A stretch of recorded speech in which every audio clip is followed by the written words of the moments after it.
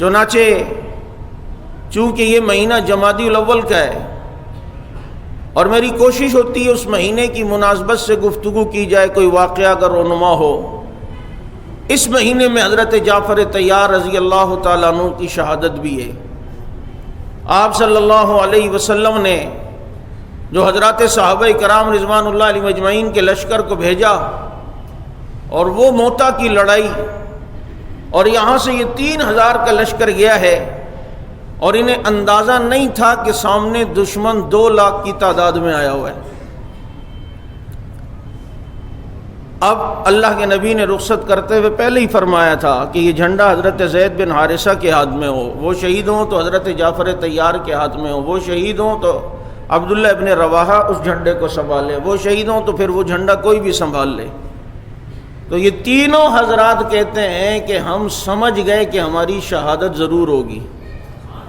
کیونکہ رسول اللہ صلی اللہ علیہ وسلم نے جب فرما دیا ہے تو اشارہ اسی طرف ہے کہ ہماری شہادت ہوگی۔ اور خالد بن ولید رضی اللہ عنہ بھی اس جنگ میں تھے، اور اسلام کی طرف سے حضرت خالد بن ولید رضی اللہ تعالیٰ عنہ کی یہ پہلی جنگ تھی۔ اس سے پہلے اسلام کے حق میں انہوں نے کوئی جنگ نہیں لڑی، اور جب وہاں گئے تو دنیا نے دیکھا اور مسلمانوں نے دیکھا کہ وہاں تو پوزیشن ہی کچھ اور ہے، تو 1-2 حضرات کی رائے آئی کہ مدینہ منورہ میں خط لکھ کر بھیجا جائے اور یہ صورتحال بتائی جائے اور کہا جائے کہ کمک بھیجی جائے کہ یہاں تو 3000 ہیں ہم اور وہ 2 لاکھ کے لشکر کو لائے میں۔ لیکن حضرت زید، حضرت جعفر، یہ حضرات کہنے لگے کہ ہماری تو مطلوب ہی شہادت ہے، جیت گئے تو غازی، نہ ہوئے تو شہید، کوئی مسئلہ ہی نہیں، لڑنا ہے، ٹکرانا ہے، مقابلہ کرنا ہے۔ اتنی بڑی جمعیت کے سامنے اتنے کم افراد بظاہر اسباب کے درجے میں اور دشمن کے مقابلے میں ڈٹ جانے والوں کو دنیا صحابہ کہتی ہے۔ آپ ان حضرات کے کارنامے پڑھیں، پھر آپ کو اندازہ ہوگا کہ انہوں نے کس طرح یہ دین ہم تک پہنچایا ہے اور کس طرح کے یہ لوگ تھے کہ 2-2 ہزار کے مقابلے میں جا رہے ہیں۔ اب جب یہ لڑائی ہوئی اور حضرت زید رضی اللہ عنہ شہید ہوئے،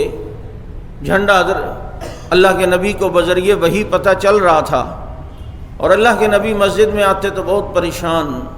چہرے سے پریشانی نظر آتی، اور اللہ تعالیٰ بذریعہ وحی بتا رہے تھے۔ ایک نماز میں نبی آئے، فرمایا لوگوں زید شہید ہو گئے ہیں۔ پھر دوسری نماز میں آئے، پھر پریشان، اور اللہ کے نبی حضرت جعفر طیار کے گھر پہ گئے اور ان کے بچوں کو پیار کرنے لگے۔ ان کی بیوی کہتی ہے میں حیران ہوئی کہ اس طرح تو کبھی اللہ کے نبی ہمارے گھر پہ یوں نہیں آئے اور ہمارے بچوں کو یوں پیار نہیں کیا، کوئی واقعہ ہوا ہوگا۔ تو اللہ کے نبی نے فرمایا جعفر شہید ہو گئے، اور ان کے دونوں بازوؤں کو اللہ کی راہ میں شہید کر دیا گیا ہے۔ اب ان کے بازو تو نہیں ہیں، لیکن جعفر کو اللہ نے پر دیے ہیں اور ان پروں سے اڑ کر جنت کی سیر کر رہا ہے۔ اسی لیے انہیں طیار کہا جاتا ہے۔ تو یہ طیور سے ہے، جیسے پرندوں کے پر ہوتے ہیں،